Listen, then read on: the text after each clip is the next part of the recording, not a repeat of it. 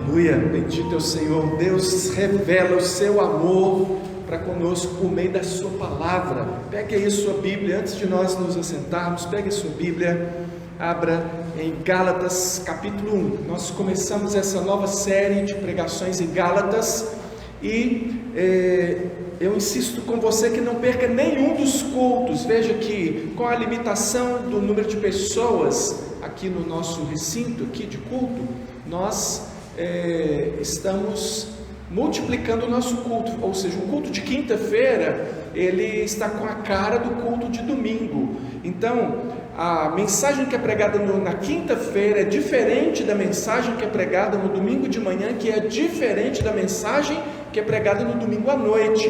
Então, para que você acompanhe a sequência, você precisa acompanhar conosco, estar conosco nos 3 cultos, 2 pela internet aí, pelo Facebook, e um presencial. Se você quiser, você precisa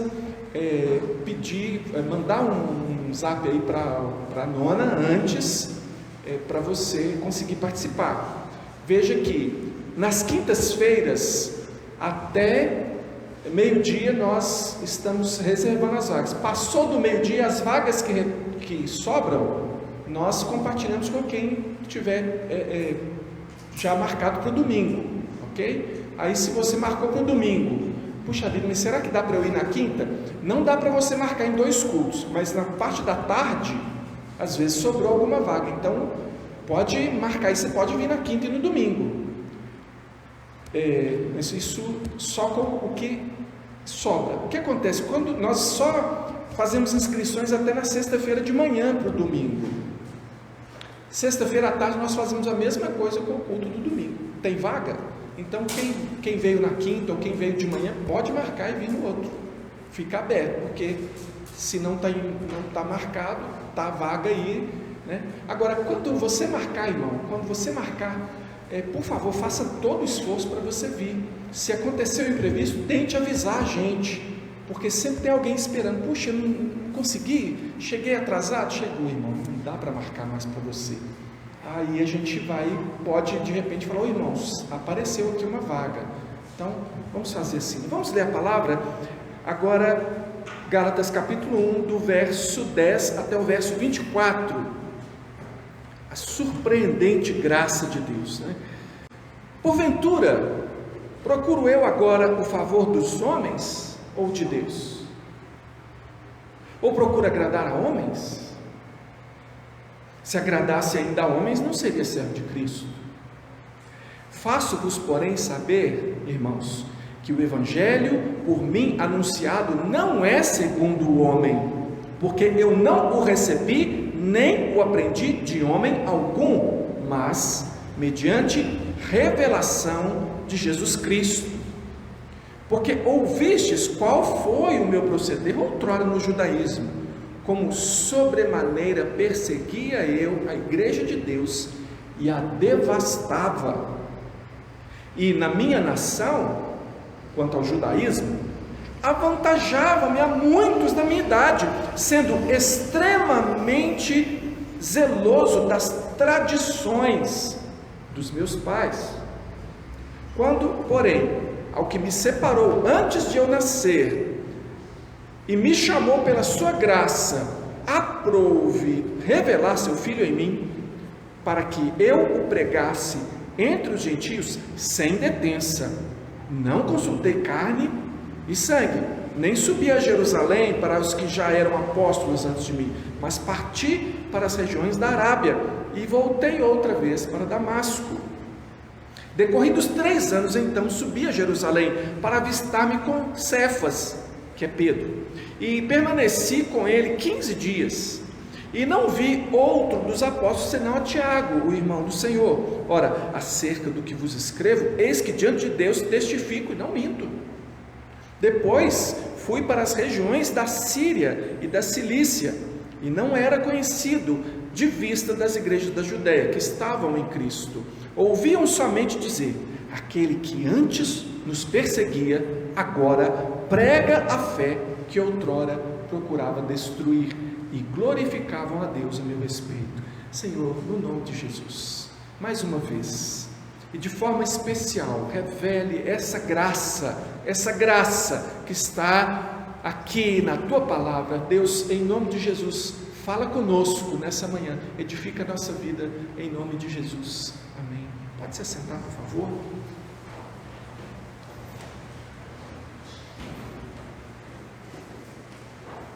Eu me lembro de ter lido de uma igreja em um país da África que mudou o regime político e nesse regime político os cristãos estavam proibidos de se reunir, e ao serem proibidos de se reunir sob pena de prisão e consequências mais sérias, simplesmente as igrejas fecharam todos os templos definitivamente, ficaram anos debaixo daquele regime.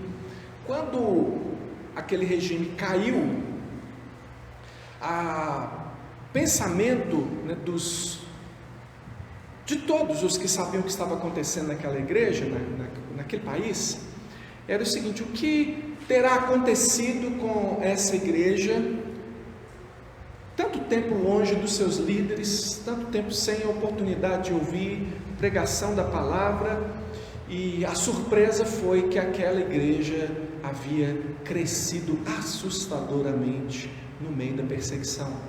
Eles haviam se reunido em pequenos grupos e eles haviam não somente mantido a sua fé, como eles tinham compartilhado a sua fé com outras pessoas, de modo que quando as igrejas puderam abrir de novo os seus templos, não cabia de pessoas que haviam se convertido durante aquele tempo. Mas o que aconteceu aqui com os Gálatas foi um pouco diferente. Aqui aconteceu um problema. O que aconteceu com os Gálatas aqui? Porque o apóstolo Paulo aqui nessa carta, você vai ver que ele está assim assustado, surpreso com o que estava acontecendo com esses crentes. E Gálatas, aqui quando você vê Gálatas, diferente de quando você lê assim Romanos, né? Romanos são os cristãos na cidade de Roma. Coríntios, os cristãos na cidade de Corinto, mas Gálatas são os crentes de uma região, a região da Galácia, são várias igrejas, várias igrejas ali, várias cidades. E o que aconteceu alguns anos depois que eles estavam longe do seu fundador, daquele que primeiro pregou o evangelho ali, que foi o apóstolo Paulo? Surpresa, mas surpresa ruim. Eles estavam se desviando do evangelho. Essa é uma preocupação para mim e para você. Eu não sei se você acompanhou a pregação de quinta-feira, porque essa aqui é uma sequência. Aliás, nós vamos pregando o livro todo, e aí essa é uma grande preocupação. Será porventura que você, dentro da igreja, frequentando a igreja, sendo membro da igreja, você poderia por acaso estar se desviando do evangelho? Porque os Gálatas estavam se desviando do evangelho dentro da igreja. Eles estavam se desviando do evangelho, continuavam se encontrando, mas eles estavam se desviando. E de que evangelho? Irmãos, nós precisamos lembrar que o evangelho, o verdadeiro evangelho, o evangelho de Jesus Cristo, ele diz que nós somos criados à imagem de Deus, mas que deliberadamente nós quisemos deixar de ser imagem de Deus. Nós quisemos deixar de obedecer a Deus, adotando uma atitude autônoma. Eu cuido da minha vida, eu sei o que eu estou fazendo, eu posso pegar do fruto, eu posso fazer o que eu quiser, porque eu posso conseguir ser feliz sem Deus. Essa desobediência que começou lá e que vem aí até hoje, ela nos desconectou de Deus e nós morremos espiritualmente. A humanidade ali ainda em Adão e Eva morreu espiritualmente. Nós já nascemos mortos nos nossos delitos e pecados. O homem então passou a fazer uma coisa muito estranha, porque ele começou a buscar na criação e nas criaturas aquilo que ele só podia conseguir em Deus. Se você olhar por aí, é o que as pessoas fazem. Elas estão à procura na criação ou na criatura, em alguém, em alguma coisa, aquilo que só Deus pode dar. Isso aconteceu desde o princípio.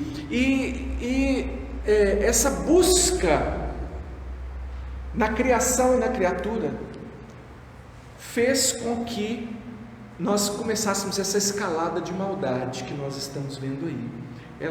Essa escalada de maldade que vai desde as ofensas dentro de casa,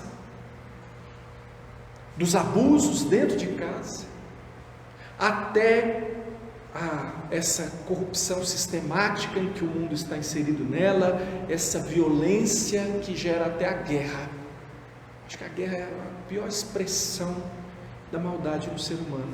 Então, as pessoas costumam, inclusive, olhando para essas atrocidades, olhando para a guerra, olhando para o abuso de crianças, de mulheres, de pessoas de todo tipo, as pessoas costumam dizer: onde está Deus? Onde está Deus?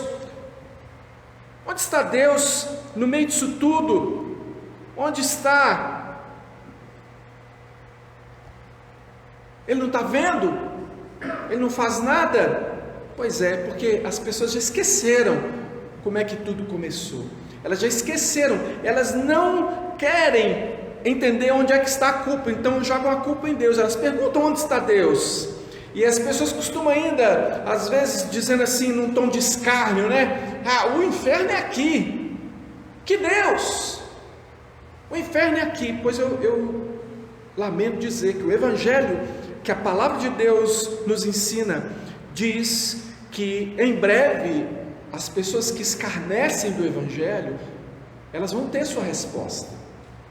Elas vão ter sua resposta, porque Deus vai voltar, Jesus Cristo vai voltar, e Ele vai fazer justiça final, e Ele tem alguma coisa a dizer àqueles que estiverem à sua esquerda, e o que Ele tem a dizer é: apartai-vos de mim, malditos, amaldiçoados, malditos para o fogo eterno, preparado para o diabo e seus anjos. Veja que não, né? Preparado para o diabo e seus anjos.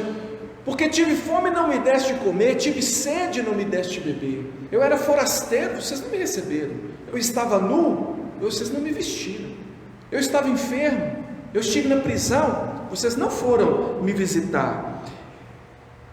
Algo que Deus tem a dizer na sua manifestação, que é para breve. Mas sabe qual é o problema? Isso também é parte do Evangelho. O problema é que todos nós cumprimos os requisitos para estar à esquerda.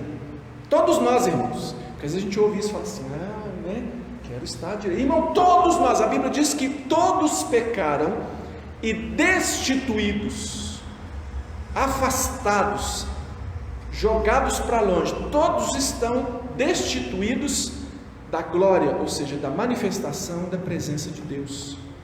Esse é o problema. E tem outra questão, e aí essa é uma questão interessante que as pessoas colocam, a onisciência de Deus, né? Mas Deus não sabia o que ia acontecer. Por que Deus permitiu então que tudo isso acontecesse? Por que Ele fez o homem? Por que Ele deixou? E nós vemos nessa ação de Deus, porque Ele realmente sabia o que ia acontecer, mas Ele não somente tomou a decisão de criar, como também tomou a decisão de salvar os seus escolhidos. Naquela decisão de criar, também antes dela, havia a decisão de salvar os seus escolhidos. Para salvar, a justiça tinha que ser feita, porque senão Deus não é justo. Como assim vai salvar gente ruim? Gente que merecia estar à esquerda, gente que merecia o inferno? Como é que isso pode acontecer? Pois é, a justiça de Deus realmente tinha que ser satisfeita, tinha que ser feito o pagamento, mas a surpresa é que o próprio Deus resolveu pagar. Essa é a surpresa, essa é a surpreendente graça. O próprio Deus resolveu pagar. O único justo se fez homem para sofrer o inferno, para sofrer a morte e o inferno no nosso lugar. Mas como Ele não podia ser retido na morte, não é? O Senhor Jesus experimentou até o Hades, mas Ele foi ressuscitado. O Pai o ressuscitou, demonstrando que o pecado estava pago, a dívida estava paga, com a ressalva de que essa dívida é paga apenas para os que creem e recebem o perdão e a adoção. Gente que experimenta da parte de Deus arrependimento e fé, arrepende-se do pecado, sente a culpa pelo pecado, mas tem fé de que Jesus Cristo pagou pelo seu pecado. E aí, nesse arrependimento e fé, existe a conversão verdadeira, de graça, irmãos. Esse é o Evangelho, o surpreendente Evangelho da graça. E Gálatas revela esse surpreendente Evangelho da graça, mas revela também o desvio. E é por isso que você está me vendo repetir tanto. Quem tem acompanhado os cultos, estudos que nós temos apresentado aqui, fala assim: poxa, toda hora parece que o pastor está falando de novo. O Evangelho, ele cita o Evangelho de novo. Sim, irmãos, e a palavra de Deus mostra que a gente deve fazer isso. Por que repetir tanto?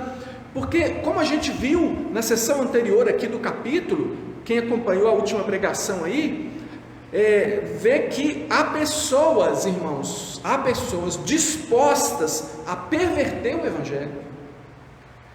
Gente que tem a disposição para transformar o Evangelho de Jesus em um outro Evangelho. É por isso que nós precisamos mostrar para você a verdade o tempo todo, sabe? Mostrar a cédula verdadeira. Não tem nota falsa no mercado aí?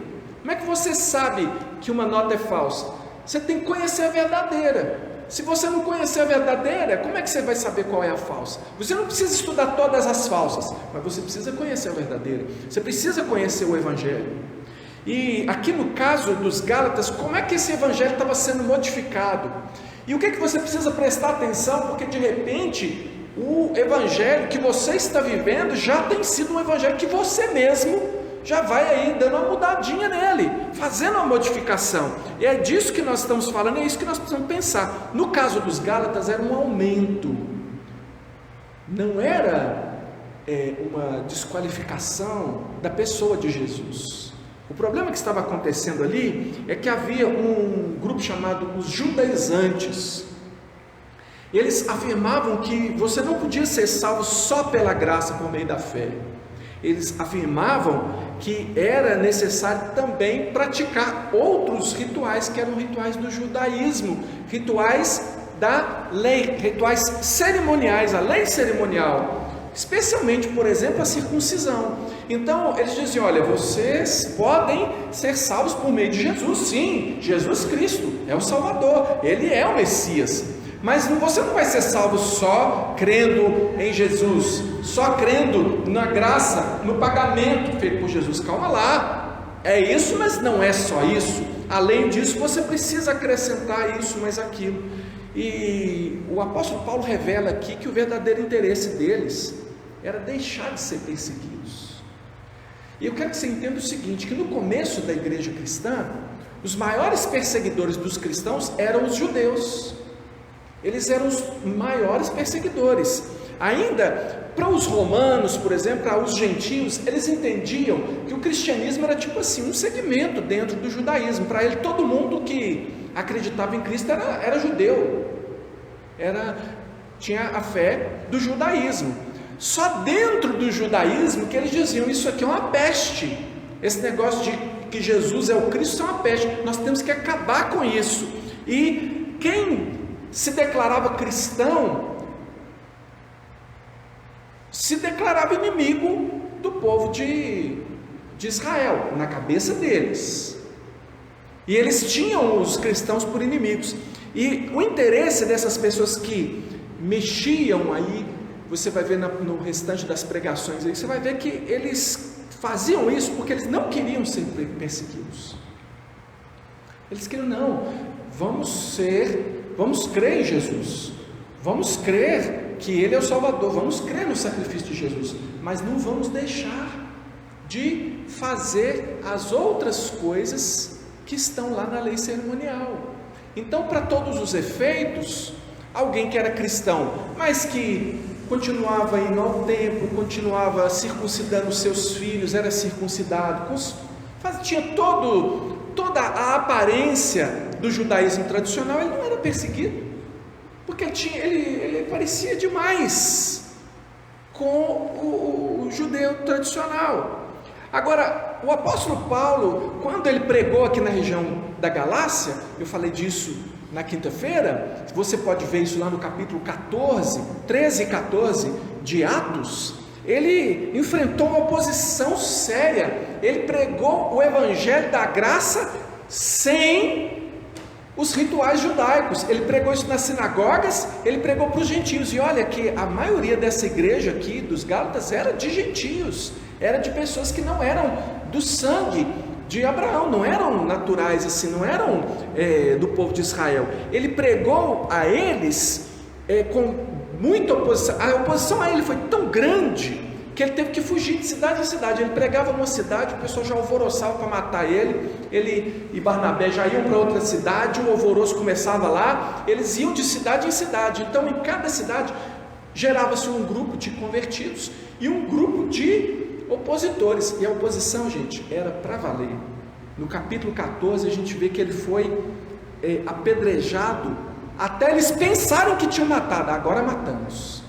E só largaram de dar pedrada nele, porque acharam que ele já estava morto. Aí ele levanta lá, né? E qual que é a questão que o apóstolo Paulo está levantando aqui? Ele está dizendo assim: porventura, procuro eu agora o favor dos homens ou de Deus? Será que eu quero agradar homens? A pergunta que eu faço para você que é crente em Jesus Cristo, você que diz que ama o Senhor Jesus e que quer viver o seu evangelho, será que a prática da sua vida é uma prática para agradar mais a homens do que a Deus? Porque se você tem uma prática de vida diferente da fé que você declara, talvez você esteja já se desviando do verdadeiro evangelho. É nisso que nós estamos pensando, irmãos.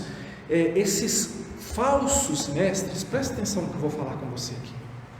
Esses falsos mestres, e todo falso mestre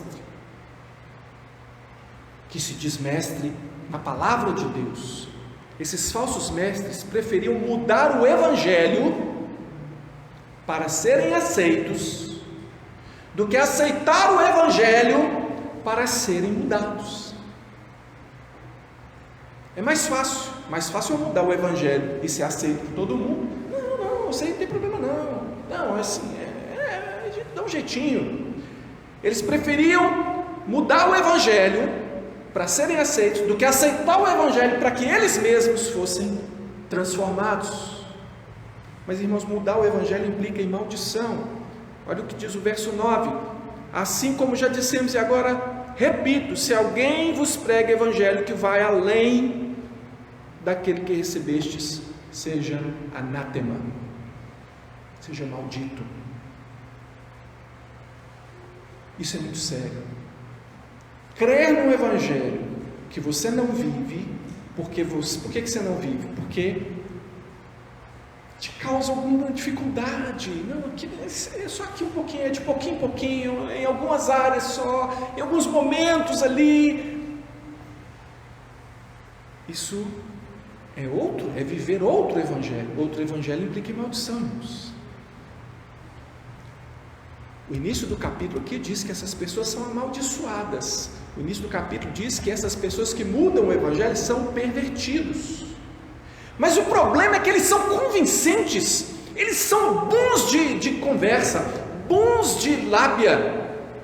Então, o que eu tenho para dizer para os irmãos aqui nessa manhã, com base nessa palavra, é cuidado com os falsos argumentos apresentados pelos falsos mestres, que querem perverter o evangelho por interesses malignos.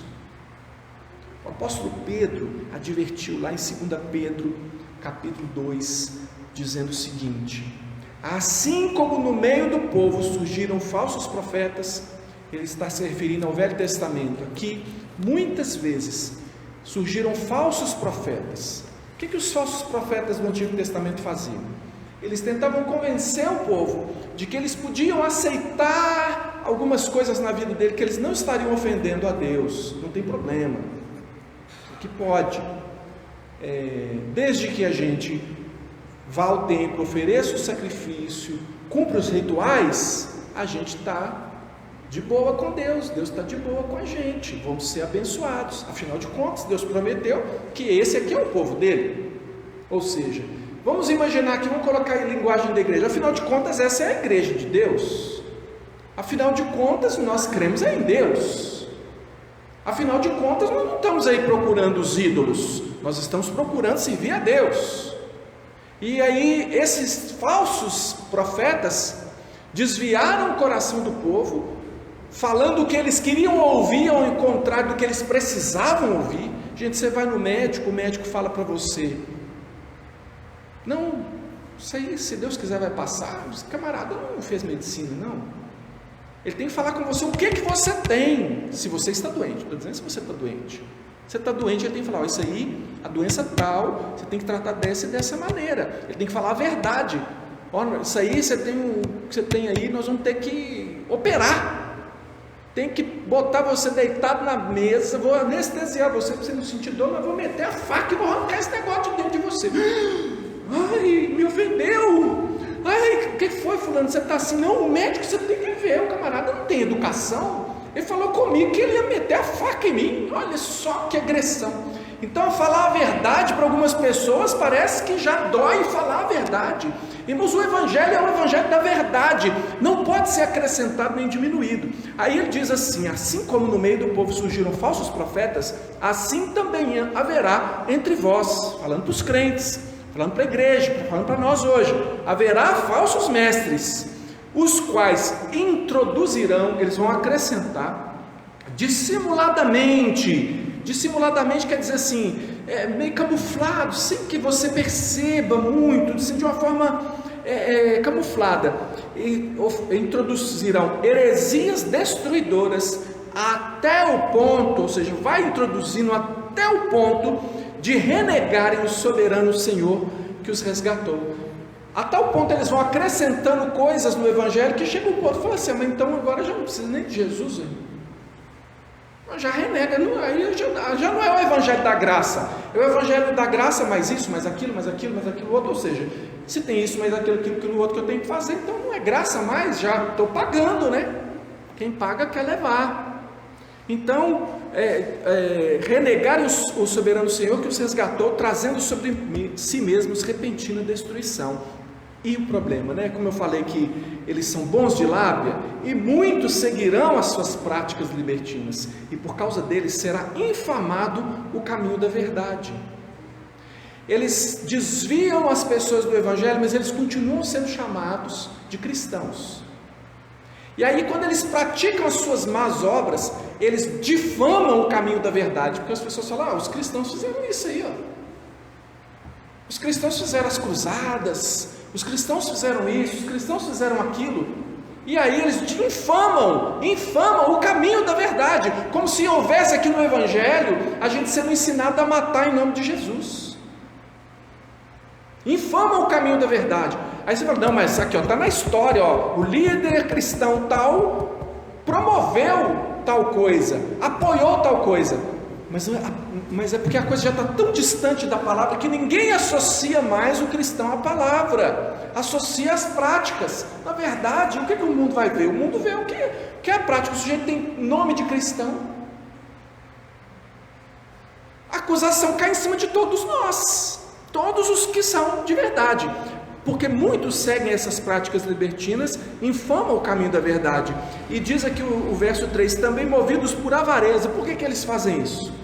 Avareza, farão comércio de vós com palavras fictícias, bajulação, convencendo você, aqui ó, faz assim, entrega isso aí tudo vai dar certo no final. Farão comércio de vós com palavras fictícias, para eles o juízo lavrado a longo tempo não tarda, e a sua destruição não dorme. Esse juízo lavrado é uma sentença lavrada, escriturada, está escriturado, sabe, um documento feito pelo juiz, já está escrito o documento, vai ter que ser cumprido. Então eu digo para você, irmão, irmã, cuidado com os falsos argumentos apresentados pelos falsos mestres. há muitos falsos mestres, mas eles não falam assim, eu sou falso mestre e vou ensinar você. Eles se apresentam como mestres da verdade. E como é que você pode saber? Eu vou apresentar aqui para vocês alguns argumentos comuns que estão aqui, porque não muda, irmão, só muda assim um pouquinho o tempo, os elementos ali, mas o fundamento de como as pessoas enganam está aqui na Bíblia. Olha só, o argumento número 1, o erro da lógica no pensamento humano. Deixa eu contar uma historinha para você aqui, igual, como se eu fosse um falso mestre, tá? Agora eu vou fingir que eu sou falso mestre aqui, mas vou contar uma historinha bonita para você, ó.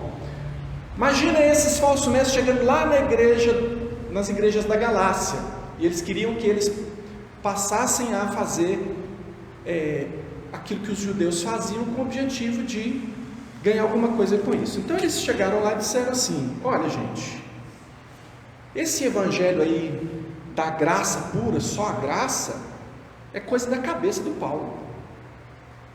Pensa comigo aqui, isso aí é coisa que ele refletiu lá, ele se baseou no seu raciocínio, ele que desenvolveu essa ideia aí, mas isso aí não é de Deus não, isso é coisa da cabeça do Paulo, cada cabeça uma sentença, mas o que ele falou é coisa dele.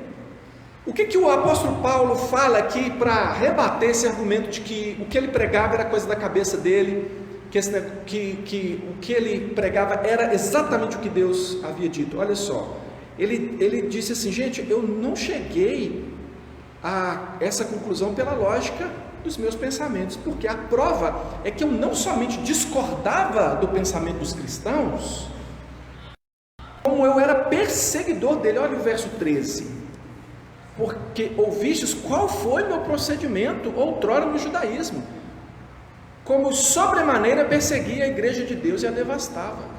Falei, gente, eu fazia muito pior do que os judaizantes, porque enquanto os judaizantes entram aí tentando trazer os crentes para o judaísmo, eu queria era matar essa raça. Vocês não lembram quem que eu era, não? Como que eu era podre, não? Vocês não lembram como eu era bandido, pensando que eu estava fazendo certo? Atos 7, do verso 54 ao 8, 1, mostra como que Estevão foi morto. Estevão, um homem cheio do Espírito Santo, um cristão, era um diácono. Ele pregava a palavra de Deus, os judeus tinham ódio dele, e num momento que ele até prega a palavra de Deus e o Evangelho, ele sim, se defendendo das acusações, eles nem queriam ouvir, de tanto ódio que eles tinham dele, eles estavam preparados para ouvir alguma coisa que, isso, agora podemos matar, e o apedrejaram até a morte. Estevão é aquele que disse antes de morrer: eis que vejo os céus abertos e o Filho de Deus à direita do Pai. Ele já começou a ver Jesus enquanto tomava pedrada, e ele também disse: Pai, perdoa-lhes, porque não sabem o que eles estão fazendo. Mesma coisa que Jesus falou, um cara tão cristão. E quem é que estava lá segurando a roupa de quem estava mandando a pedrada? Segura aqui para mim, sabe, briga de rua? Segura aqui para mim, fulano. Paulo. E ao que parece, ele era alguém que estava ajudando, arquitetando aquilo, gente. Ele está dizendo: vocês acham que isso, vocês que estão me acusando de ter refletido e mudado de ideia, vocês não conhecem a minha história? Vocês não sabem que eu devastava a igreja de Deus? Mas Deus mudou Paulo. Foi Deus que mudou Paulo, de um homem disposto a matar pelos seus ideais, pelo que ele achava, a alguém que agora era disposto a morrer por causa do Evangelho. Não matar, não agredir, ser agredido por causa do Evangelho, não agredir. Se fosse para levar em consideração o temor de homens, porque ele perguntou aqui no verso 10, eu estou procurando por acaso o favor de homens? Se fosse para levar em consideração o temor de homens, ele tinha ficado no judaísmo, como ele fala aqui no verso 14, na minha nação quanto ao judaísmo, avantajavam-me a muitos da minha idade. Gente, eu estava na frente de todo mundo, sendo extremamente zeloso das tradições dos meus pais. Essas tradições que eles estão querendo dizer aí para vocês, pois eu praticava muito mais, eu era elogiado, eu estava no top do top. O que aconteceu comigo, diria Paulo, foi que eu perdi muitas coisas, não ganhei nada, perdi por causa do Evangelho. A questão é que Deus me encontrou e Ele destruiu todos os meus argumentos com a manifestação da sua presença. Lembra como que Paulo foi convertido? Jesus apareceu para ele e disse: Saulo, Saulo, por que tu me persegues? Duro é para ti recalcitrar contra os aguilhões, você não dá conta.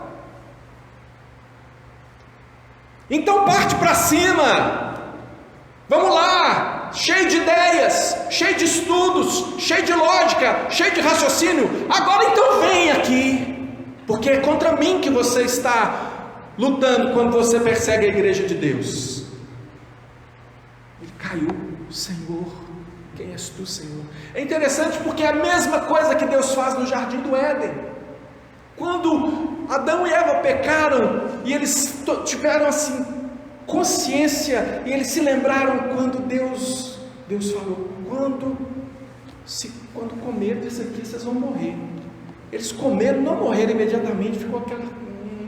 Aí lá vem Deus: Adão, onde estás? Vem matar. Agora ele vai matar a gente. Deus vem ali: Adão, o que você fez? A mulher que tu me deste. Eva, o que você fez? A serpente. Vocês não sabem o que vocês fizeram? O que ele fala, que algumas pessoas falam assim: Deus amaldiçoou. Deus nem amaldiçoou, ele só disse qual seria a consequência, porque a maldição é o pecado, ela já se manifesta pelo pecado. Não é Deus que está pondo a maldição no homem, o homem está amaldiçoado pela sua prática, pelo que ele fez, ele escolheu a maldição. E Deus disse para eles: mas da semente da mulher virá o que vai esmagar a cabeça da serpente. Com essas palavras ele está dizendo: eu vou pagar com sangue, porque ela diz: este lhe ferirá a cabeça e ela lhe ferirá o calcanhar. Sabe aquela ideia da serpente que pica por trás, assim, pica no calcanhar? É Jesus sofrendo a picada que é a cruz. É isso que Deus estava dizendo: eu vou pagar. Ele vem para cima de Paulo e diz: você não dá conta, Paulo, o que você está fazendo? Ai, Senhor. Ele pensou: Deus vai me matar agora. E ele fala: mas eu paguei o preço por você, Paulo. É esse evangelho da graça, da manifestação de Jesus, é que destruiu Paulo, destruiu os argumentos dele. Por isso, não são argumentos humanos, foi a surpreendente graça. E alguém chega para você e diz: isso aí é o que você pensa. Fala com você, quando você diz que você é cristão, quando você apresenta o evangelho, isso é o que você pensa, é coisa da sua cabeça. Nós precisamos dizer ao mundo: nós não somos burros, nós não somos alienados, nós ouvimos desde a infância as mesmas coisas que eles ouviram. Nós ouvimos a respeito do Big Bang, nós ouvimos a respeito daquela poeira cósmica que afinal gerou tudo que existe, nós ouvimos de muitos que Deus não existe, nós ouvimos a mesma coisa que eles, argumentos bons, argumentos estruturados. Ou então, se nós crescemos numa outra religião, quem sabe, ouvindo a respeito de um Deus que é o Deus de domingo, e que na segunda-feira, nos outros 6 dias da semana, você pode ser governado pelo ateísmo, você pode viver como se não cresce em Deus, você pode viver como um existencialista: tudo que eu tenho aqui agora, eu vou cair para cima, como hedonista. Não, eu estou fazendo isso para o meu prazer. Busca na criação e na criatura aquilo que só o Criador pode. Não, a minha vida vai melhorar se eu viajar, a minha vida vai melhorar se eu casar, a minha vida vai melhorar se eu ganhar dinheiro. Não é esse o evangelho. E eles acham que é coisa da nossa cabeça. Irmãos, a gente tem que dizer para o mundo: pelo contrário, é muito mais fácil calar, é muito mais fácil negar, é muito mais fácil me adaptar. E não ser crente, não tem lucro humano em ser crente, pelo contrário, às vezes a gente tem muita perseguição, a gente perde relacionamentos, a gente perde muita coisa por ser cristão. Acontece que nós somos crentes porque ninguém pode resistir ao encontro com Jesus, porque não é um encontro, né? É um atropelamento. Jesus na nossa vida, Ele atropela tudo, atropela as nossas ideias, atropelou os nossos conceitos, Ele se manifestou. Nós não vimos Ele como Paulo viu, o apóstolo Paulo viu, mas nós o vimos quando Ele entrou na nossa vida de uma forma poderosa. Ele transformou a nossa maneira de viver.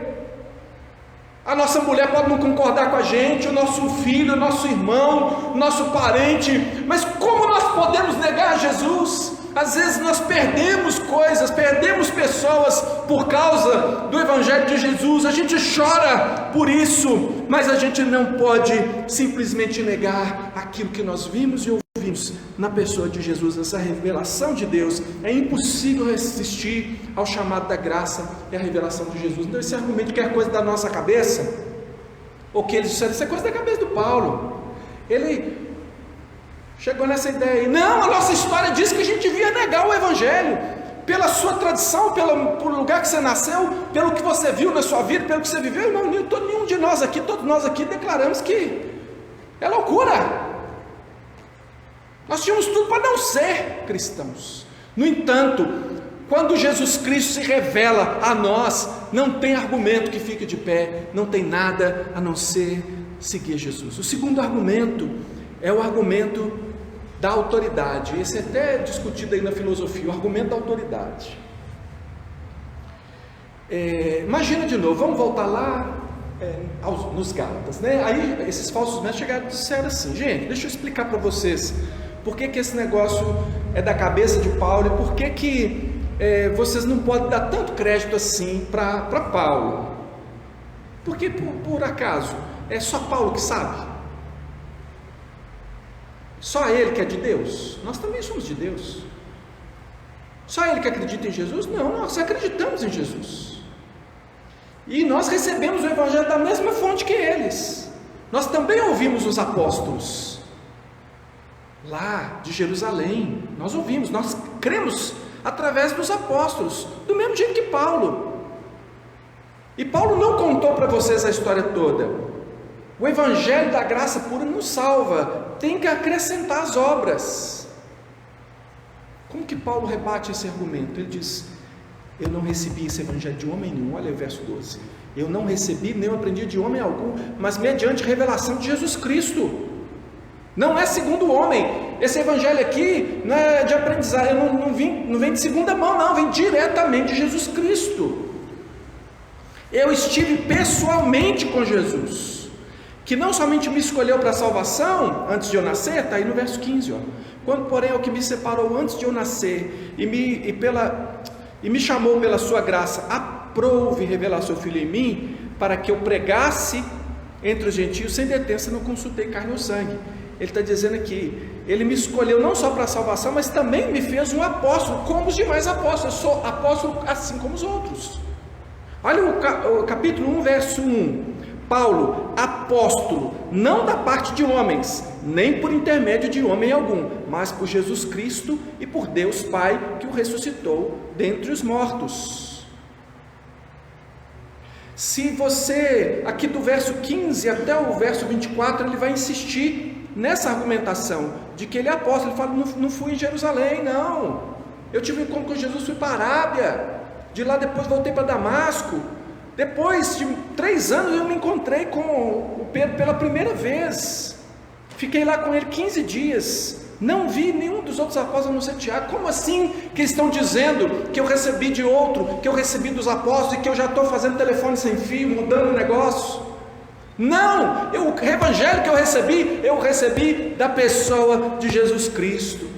Lá os coríntios também confrontaram Paulo e estavam diminuindo o apostolado, dizendo, esse camarada aí não é bem apóstolo, né? A gente não precisa respeitar as palavras dele igual a gente respeitaria se fosse Pedro, se fosse João, se fosse um outro. Não. E aí ele tem que chegar para aqueles a quem ele tinha pregado o evangelho, que haviam crido através da mensagem dele, e dizer, Gente, vocês estão me constrangendo a ter que falar com vocês umas coisas que não é educado dizer, porque não é educado vocês ficar se vangloriando, você ficar dizendo, eu fiz isso, eu faço aquilo, eu consegui isso, eu consegui aquilo outro. Aí 2 Coríntios 12, a partir do verso 1, diz assim: se é necessário que eu me glorie, ainda que não convém, passarei as visões e revelações do Senhor. Vou então contar para vocês. Sabe como é que foi que Deus revelou para mim o Evangelho? Passarei as visões e revelações do Senhor. Conheço um homem em Cristo. Ele está falando dele mesmo. Isso é uma forma de escrever daquela época, para não ficar com tanta ênfase para si. Mas ele está deixando, estou falando de mim, tá? Conheço um homem em Cristo que há 14 anos foi arrebatado até o terceiro céu. O que é o terceiro céu? O judeu entendia que o terceiro céu era o lugar da habitação de Deus. Era, aqui é o segundo, aqui é o primeiro, que na terra, aí nos ares o segundo, e o terceiro é uma linguagem judaica, tá? Para o teólogo judeu entender o que ele está falando. Foi levado até o terceiro céu. Se no corpo ou fora do corpo, não sei. Deus não sabe, nem sei como que foi isso, mas ele me levou lá. E eu sei que o tal homem, se no corpo ou fora do corpo, não sei, Deus o sabe, foi arrebatado ao paraíso e ouviu palavras inefáveis, as quais não é lícito ao homem referir. De tal coisa me gloriarei, não porém de mim mesmo, salvo nas minhas fraquezas. Irmãos, a autoridade apostólica, guarda isso aí para você. A autoridade apostólica se baseia em ter estado pessoalmente com Jesus e recebido dele o Evangelho, tendo sido escolhido pessoalmente por ele, para o apostolado. Então qualquer ensino fora da Bíblia tem que ser rejeitado. Por quê? Porque ele não procede dos apóstolos, não é um ensino apostólico. Faça uma pergunta simples, aquela mensagem poderosa, né? As pessoas costumam achar que mensagens poderosas são aquelas que o pregador está muito animado. O pregador pode estar muito animado e não ser uma mensagem de Deus. O pregador pode estar calminho, tranquilo. Inclusive era outra coisa que eles falavam do Paulo. Eles falavam, Paulo escreve muito bem. Os coríntios falaram assim, ele é muito bom para escrever, mas a presença dele é fraca. Paulo é ruim de pregação. Oi, irmão, você já pensou? Você aí que detesta quando vem um irmãozinho pregar, fala, esse fulano é ruim de pregação. Às vezes aquele irmão ruim de pregação está cheio do Espírito Santo, com a palavra de Deus, mais do que aquele que está preparado às vezes por técnica. E faz uma pergunta simples para você saber, essa mensagem que eu tenho ouvido aí é de Deus? O que essa pessoa ensina ou está dizendo, é o que a Bíblia ensina? É realmente esse o ensino da palavra de Deus? Qual que é a fonte?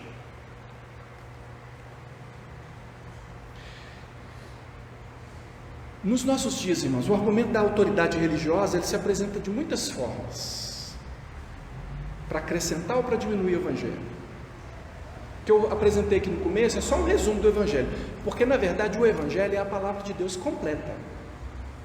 As boas novas, para você entender, eu entendi as boas novas, você tem que conhecer de Gênesis a Apocalipse. Tudo isso aqui é palavra de Deus para você, foi escrita para você que é crente em Jesus.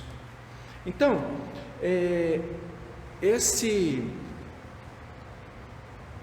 algumas pessoas, preste atenção em como que elas argumentam. O argumento delas tem a finalidade de se igualar ou de suplantar a autoridade da Bíblia. Vou dar alguns exemplos muito comuns. Deus falou comigo, agora todo mundo tem que fazer tal coisa. Vamos fazer uma perguntinha aqui. Deus falou comigo, vai acontecer tal coisa.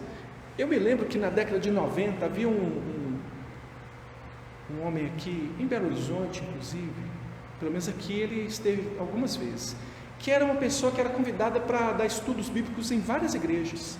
Era uma pessoa muito respeitada, como um expositor da palavra. E aí ele de repente resolveu fazer uma viagem para a ilha de Patmos, onde o apóstolo João teve a visão do Apocalipse. Aí quando ele foi lá, ele começou a pedir a Deus para revelar para ele o que ia acontecer no futuro. Depois ele veio com uma história de que Deus tinha falado com ele, apareceu o anjo, Deus falou com ele que a Austrália ia afundar, o continente australiano ia afundar, Deus falou com ele, teria falado com ele várias coisas. Irmãos, se alguém acrescenta alguma coisa à revelação da palavra de Cristo, o Apocalipse está escrito completo, não faltou nenhum capítulo não, tá? Aquilo que Deus quis revelar, está revelado. Inclusive tem coisa aqui que Deus fala assim, sela, não fala. As coisas reveladas são para nós, as ocultas são para Deus. Então se alguém traz alguma coisa além do que a Escritura diz, segundo, de acordo com o apóstolo Paulo, seja o quê? Anátema, maldito. Não interessa se é o irmão, se é o pastor Enoque, porque se o pastor Enoque resolver falar coisas que Deus falou com ele, que não estão na palavra de Deus, para guiar o povo de Deus, é maldito. O apóstolo Paulo fala assim, ainda que eu, ou que um anjo do céu venha falar outro evangelho que não seja esse, seja amaldiçoado. Isso mostrando que o evangelho está acima dos apóstolos. Não são os apóstolos que produziram o evangelho, eles reportaram, eles falaram o evangelho. Eles não são a fonte do evangelho, porque a fonte do evangelho é Deus.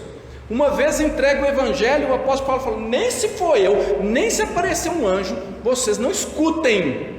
E há tanta gente escutando tanto, por quê? Porque tem isso, porque fulano, agora tal grupo vai fazer tal coisa, vai tomar os governos, vai estar... Tem gente que fica aí, adora, é igual gente que gosta de filme de terror, gosta de levar susto, fica lá assistindo, sabe que aquilo tudo é mentira, mas fica lá assistindo, nossa, olha o dente desse vampiro, ai, vai pegar ela agora, né? Gente, tem misericórdia, por isso que o apóstolo Paulo está doido, arrancando os cabelos da cabeça. Ele fala assim, me surpreende que vocês estejam passando tão depressa daquele que vos chamou da graça para outro evangelho, que não é outro senão que alguns andam pervertendo. O problema é se essas pessoas falassem, não, porque quem me revelou foi o ET de Varginha. Você fala, beleza, esse cara aí acredita no ET de Varginha, olha, ele está falando que vai acontecer tal coisa, né, segundo o ET de Varginha. Mas os camaradas falam que é Jesus.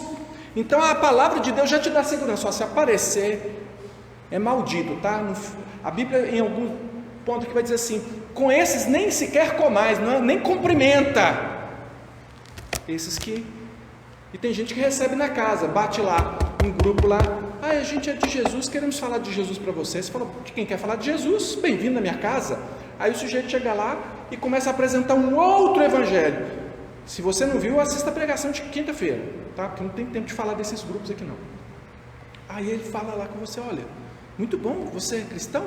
Muito bom, só que está te faltando uma coisa, igual falaram para os Gálatas, está te faltando isso, olha, essa igreja que você está aí não te contou a história toda, mas quem tem que ir lá vai. Outro argumento que a gente vê hoje, você vai ter um livramento nessa semana, Deus vai prosperar a sua vida, não me pergunte como, é sério, irmão, você vai ter um livramento nessa semana, só um, porque Deus me livra o tempo inteiro, você vai ter um essa semana, Deus falou comigo, Ele vai prosperar você, não me pergunte como, sério mesmo, parece horóscopo, você lê o horóscopo lá, hoje você vai encontrar com uma pessoa que vai trazer coisas, bons fluidos para a sua vida. Interessante. Aquário, peixes. Hoje, tudo lá servia. Qualquer um daqueles que você lê lá serve para você, porque nada é assim com seu nome, seu CPF, seu endereço, seu telefone, nada. É tudo genérico. Realmente, irmãos, vocês precisam disso. Há pessoas procurando, pessoas que dão profecias assim, olha isso que eu estou vendo aqui, um anjo de Deus vai livrar você nessa semana. Quem acredita pega a bênção. Essa foi para mim. Eu não estou brincando aqui, irmãos, eu não estou zoando com ninguém, eu estou falando de coisa séria, que está levando pessoas a se desviar do evangelho da verdade. E você também não zombe de alguém que você vê que está nessa situação. Você tem misericórdia, você ore, você pregue a palavra, tá? Ficar zoando o que o outro, tem as igrejas que falam, eu não falo isso aqui, pode parecer para você que eu estou zombando, não estou zombando, que é coisa muito séria. Você vai conseguir um emprego na quinta-feira de tarde na empresa de advocacia lá no centro da cidade. Pode ser de Deus? Pode. Esse aqui deu nome, endereço, CPF, falou o dia, a hora, tudo. Deus pode fazer uma coisa dessa? Pode, irmão, Ele pode fazer tudo. Agora, realmente você precisa disso? Porque vamos colocar aqui, o que a palavra de Deus diz a respeito da profecia? Se cumprir, o profeta é de Deus. Então você pode se apoiar numa profecia antes dela se cumprir? Não, você não sabe se vai se cumprir. E se cumpriu? É de Deus. E aí, o que você ganhou com isso? Puxa, percebi que Deus me ama. Você ainda não sabe que Deus te ama.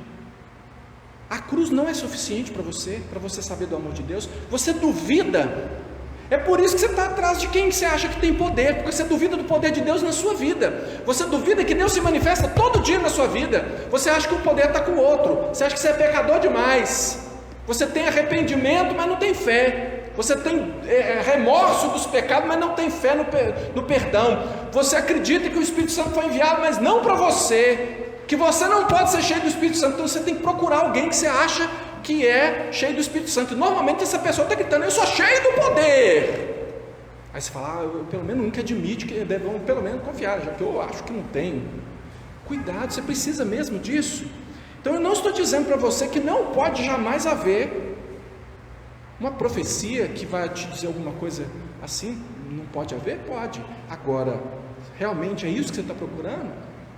Porque no meio disso está esse monte de profecia de horóscopo aí, esse monte de profecia de araque, esse monte de mentira, e gente falando coisas estruturadas, tipo aquele camarada falava: a Austrália vai afundar. Até hoje não afundou não. Irmãos, profetizar é pregar a palavra de Deus no poder do Espírito Santo. Mais acréscimos ou diminuições, vai lá na pregação anterior. O argumento da autoridade, eu vou terminar aqui nessa parte aqui. O argumento da autoridade que mais me preocupa hoje não é dessas falsas religiões ou gente que parece crente e não é. Tem igrejas até estruturadas aí, não estão pregando a palavra de Deus com fidelidade. Sabe que isso aí, eu acredito que você que tem ouvido a palavra de Deus aqui, é mais difícil de você cair. Mas sabe uma que eu acho mais fácil de você cair, de eu cair? Que tem minado muitos crentes, um argumento que tem minado muitos crentes, é sutil, porque ele está diluído em muitas coisas. Ele não vem com cara de ser argumento religioso. Ele não vem com cara de ser argumento religioso. Muita gente não considera. Você conhece uma brincadeira de criança que é assim: tô de altas? Já viu isso? Tô de altas. Você está brincando um negócio, né? Pegador, tô de altas. Aí ninguém pode. Eu costumo brincar, né? Às vezes eu brinco com a Priscila. Você já viu que tem gente porque se você estudou o código de trânsito, você sabe para que serve o alerta do carro, né? Liga o pisca-alerta numa situação de emergência, você vai ter que sinalizar, o seu carro não pode andar, aconteceu alguma coisa, então você liga o pisca-alerta e vai fazer o restante das coisas que tem que fazer, inclusive botar o triângulo lá atrás e resolver o problema, ok? Aí eu brinco que tem gente que o sinal de alerta do carro lá, o pisca-alerta é o altas, lá, aquele ali está de altas. O camarada quer parar em fila dupla, quer fazer qualquer barbeiragem do trânsito, ele liga o pisca-alerta: tô de alta, gente, vou fazer isso aqui, meu, tô de alta, vou ligar o pisca-alerta. Tem gente que faz barbeiragem porque a pessoa fala: tô de alta. Deixa eu explicar para você. Olha o argumento, como é que o argumento entra. Porque se a pessoa chegar para você e dizer assim: eu vou confrontar sua fé em Cristo agora, você, opa, Espírito Santo, ativar, cadê os... Você vai falar o quê? Porque você falar de Jesus comigo, eu tenho um argumento bíblico com você. Ele chega para você assim: não, é o seguinte, baixa a guarda, abaixa a espada, põe ela no chão, nós não vamos brigar, tá? Eu estou vindo sem espada, nós não vamos falar de religião. Aí você guarda a sua espada, só que ele está com a dele assim. Você acha que o argumento que ele vai te falar não é religioso. Sabe como? Ele fala assim para você: você já viu como é que hoje se escuta o especialista? Vamos ouvir o especialista. Aí, chega aquele sujeito ali e ele é sexólogo. Hoje nós temos aqui um sexólogo, a sexóloga fulano de tal, que vai falar para nós sobre o comportamento humano, a sexologia e tal. Aí ele está lá, tem PhD nisso, naquilo outro, muito bem. Aí você que é crente, porque se você é ser humano, né? Você é crente, então você é ser humano, né? Os cachorros não convertem, não. Apesar de ter muita gente que ora para o cachorro e tal, mas isso é outra coisa. Crente, e aí você tem problema no seu relacionamento sexual. Que isso, pastor? O que você está falando? Não tem, não? Acontece. E aí, colocam aqui, agora vamos ouvir o especialista. Você não conversa com o pastor sobre isso, você não conversa com um conselheiro ou com um cristão experiente, porque você acha que isso não é assunto da Bíblia. Misericórdia, a Bíblia não fala de sexo, né? A Bíblia só fala de anjos, e anjos não têm sexo. Não, irmão, a Bíblia fala de todos os aspectos da sua vida. Aí você não conversa, tá? Aí você para escutar o sexólogo. O sexólogo, com que base que ele vai te falar? Ele vai te falar com base em pensamentos humanos. Ele vai te falar com base em uma cultura pecaminosa. Ele não vai, claro, usar um argumento bíblico, que às vezes você nem acredita que existe, você nem sabe. Ele fala, baixe agora a sua espada, guarda a sua Bíblia, agora nós vamos falar de ciência. Aí o sujeito é sociólogo, aí ele vai te falar o seguinte, não, porque a sociedade está dessa maneira, as pessoas estão fazendo isso, porque elas são assim, com base em quê? Numa teoria de como foi formada a sociedade. Aí, gente, algumas coisas parecem piada. Porque no período pré-histórico, quando os homens se reuniam nas cavernas e nas comunidades, eles eram assim, a comunidade era assim. Peraí, era pré-histórico? Da onde você está tirando? Não, dos nossos estudos. Estudo de quê? Se você tem um estudo que tem uma base histórica, já não é pré-histórico, é histórico. Não, porque, veja, aí você começa a escutar o sujeito só porque ele tem autoridade. Aqui está o fulano, que é sociólogo, doutor em sociologia pela faculdade, não sei o que, aí você fala assim, vou me até a minha insignificância, a minha ignorância, e vou beber o que o sociólogo está falando. Isso pode ser, eu podia dar vários exemplos aqui. Isso é argumento religioso, por quê? Porque ele tem fé, ele acredita que a sociedade no período pré-histórico se organizou dessa e daquela maneira. Ele acredita também que a origem de todas as coisas seja lá no Big Bang ou em alguma teoria baseada na matéria, que a matéria que sempre existiu, ela formou todas as coisas. E a partir de uma construção falsa, mentirosa, ele traz para você como você deve ter sua vida sexual, a sua mulher, ou se você é solteiro, como é que você deve regular, por que te dando bases de pensamentos humanos. Você acha que isso vai te levar a Deus? Aí você acha, não, pastor, eu estava escutando, foi o sexólogo que falou comigo, foi o terapeuta que falou comigo, foi o professor de sociologia, foi isso, foi aquilo, e nós não podemos ser, eles estão acusando de nós sermos contra a ciência. Pelo contrário, nós somos a favor da pesquisa, nós somos a favor dos dados. O que a gente não faz é pegar livro de literatura e dizer que não é ficção, que aquilo é realidade. É preciso dizer, isso aqui é uma pesquisa, e isso aqui é dado sólido. Mas você acredita que todo mundo vai ser honesto com o que é pesquisa, com o que é sólido?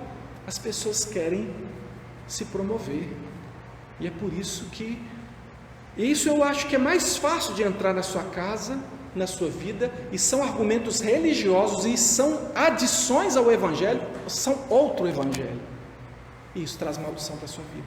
Se você quiser resolver a sua vida com base, sem a base do Evangelho, você está em alto risco. É o risco que a igreja dos Gálatas estava correndo. É preciso, é muito perigoso mexer com isso sem perceber.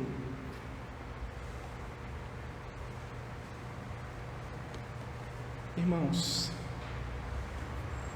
quero terminar aqui dizendo para você o seguinte, perguntando para você: você tem medo do que o evangelho praticado na segunda-feira possa fazer com você? Porque aqui na igreja, todos nós estamos aqui. Se você está aqui, se você está acompanhando aí, é porque você tem temor de Deus. Você tem temor de Deus, eu tenho certeza. Mas você tem medo de que, se você praticar o evangelho que você crê no domingo, na segunda, isso possa fazer mal para você? Você pretende transformar o evangelho para ter uma relação melhor com o mundo? Ou você pretende ou deseja ser transformado pelo evangelho para ter uma relação melhor com Deus? Mas, irmãos, enquanto os argumentos mundanos continuam a enfraquecer a muita gente aí, Jesus continua trombando com pessoas, atropelando falsos argumentos. Tem trocado falsa religião por graça, mostrando às pessoas que a salvação é só pela graça, trocando argumentos humanos pela sabedoria de Deus. E nós temos ouvido, e quando a gente ouve da conversão, da transformação de pessoas, a gente dá glória a Deus, como aquelas igrejas na Judéia, né? Eles nem me conheciam, mas quando eles ouviam dizer que eu passei a pregar o evangelho, eles glorificavam a Deus. Deus está vivo, Deus está agindo, Deus é capaz de transformar uma pessoa de inimigo de Deus em um grande agente de Deus. Irmãos, deixa eu falar uma coisa para você aqui. Você já pensou que maravilha? Porque Deus usou toda a experiência da vida de Paulo, tudo aquilo que ele tinha aprendido no judaísmo. Ele usou todas aquelas experiências, e o evangelho sobressaiu na sua maneira, de tal forma que ele conseguiu usar aquilo que ele tinha aprendido para a glória de Deus. E isso é o que Deus faz na nossa vida. Então, se você está sendo desafiado a uma mudança de atitude, Deus, Ele está chamando você a usar aquilo que você recebeu, inclusive que você defendeu e hoje você não consegue mais defender, a usar tudo isso na graça de Deus, na unção de Deus, pela orientação do Espírito Santo, fazendo a vontade de Deus, conseguindo mostrar, irmãos, por que o apóstolo Paulo conseguia entrar em todo lugar? Ele sabia o que eles conversavam, ele entendia do que eles estavam falando. Ele falou: isso aí eu já vivi, isso aí eu sei. Ele chega em Atenas e ele fala: atenienses, e ele começa um discurso que os intelectuais ali conseguiam entender. O apóstolo Paulo diz: fiz-me de tudo para com todos, com o propósito de ganhar alguns. Ele, lá em Atenas, a Bíblia diz que ele estava assim, ver tanta idolatria, estava confrontando demais ele estava se sentindo mal dentro daquela cidade. Quando ele vai pregar o evangelho, ele fala assim: atenienses, eu tenho visto que vocês são muito religiosos. Ou seja, parabéns, isso mesmo, a gente tem que buscar, né? E dentre os objetos do vosso culto, encontrei um ao Deus desconhecido. Pois é, exatamente esse que vocês não conhecem que eu vim apresentar para vocês. O Deus que fez o mundo. E aí ele vai. Deus, olha, tudo que você viveu, sabe? Puxa, e nós vivemos coisas muito difíceis. Alguns de nós vivemos situações terríveis. Alguns de nós tivemos experiências pecaminosas horríveis. Alguns de nós fomos atingidos pelo pecado de outros. E tudo isso, sabe, Deus quer usar para a glória dele. Deus quer usar. Eu vi um título de um livro, ousado o título, né? O título era assim: não desperdice o seu câncer. Que é isso, hein? Como assim? Pois é, você acredita que Deus está operando uma obra de transformação tão grande que Ele usa até aquilo que é terrível na nossa vida Ele é capaz de usar para a glória de Deus, porque, irmãos, nós não somos cidadãos desse mundo, não. Sua vida não é aqui, não regula a sua vida só pelo que está aqui, só pelos prazeres, só pelas realizações, só pelos momentos, só pelo que o mundo pode te dar, não. Não seja amigo do mundo, não. A Bíblia diz que quem é amigo do mundo é inimigo de Deus. Vamos manter o nosso evangelho, o evangelho de Cristo em nós, na simplicidade, sem acréscimos. Não tenha medo do futuro, não tenha medo de se lançar nos braços de Jesus Cristo, Ele que é o autor e o consumador da sua fé, que escolheu você antes da fundação do mundo, que pagou o preço, irmão. Ninguém fica falando esse negócio, não, irmão. Eu sei que não é na má intenção, mas tem gente que está falando, não, eu estou pagando o preço. Não, irmão, você não paga preço nenhum, não. Quem pagou o preço foi Jesus. Você está buscando a Deus, você está santificando a sua vida, você está se esforçando, mas não fala que você está pagando o preço, não, que é feio. Diante de Jesus, você tem coragem de falar com Jesus, não, Jesus, eu estou pagando o preço. Ele falou, é mesmo? Sobrou alguma coisa para você pagar?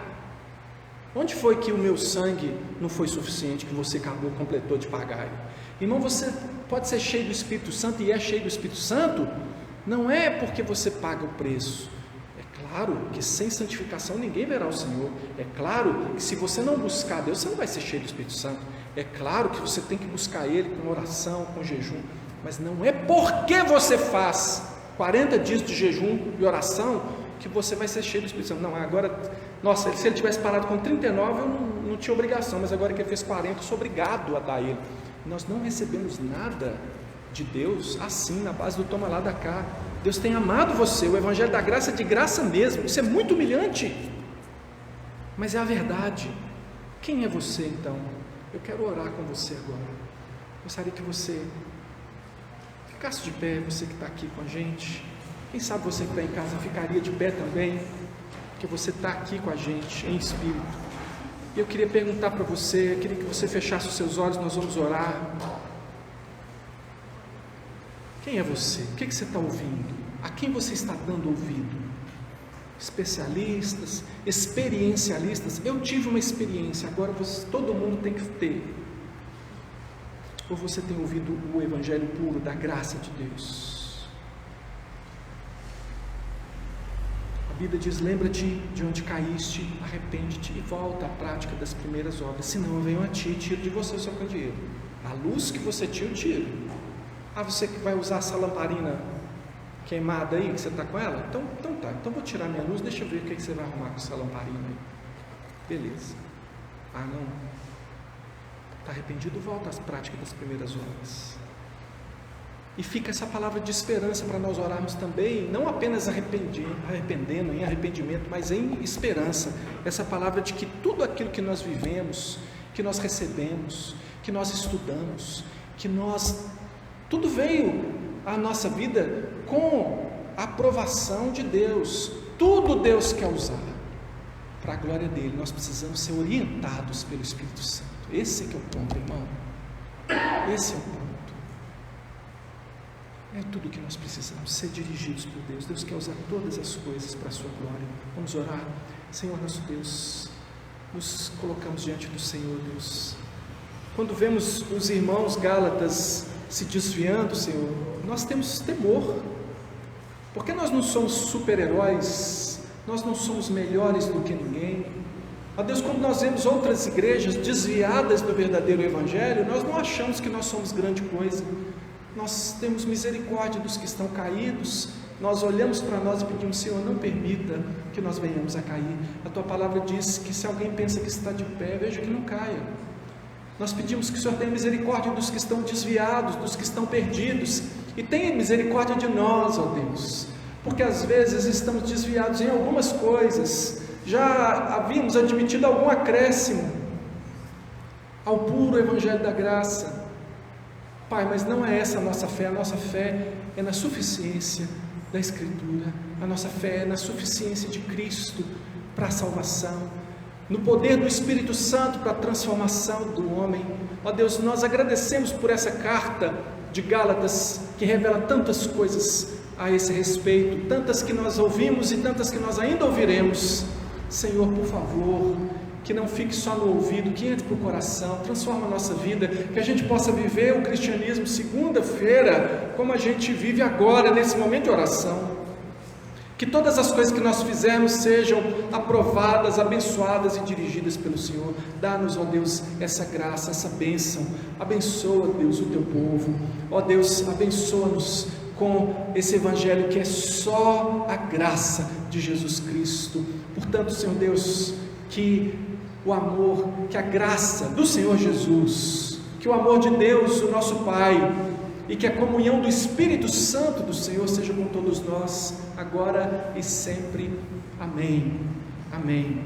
Irmão, Deus te abençoe. Confia na graça de Deus. Não tenha medo. Não se desvie. Nós vamos chegar lá. O Senhor é quem está cuidando de nós. Amém? Ele está nos dirigindo. Ele não vai abandonar você. Ele nunca vai nos abandonar. Ele vai nos preservar na sua graça. Deus te abençoe. Uma semana abençoada em nome de Jesus.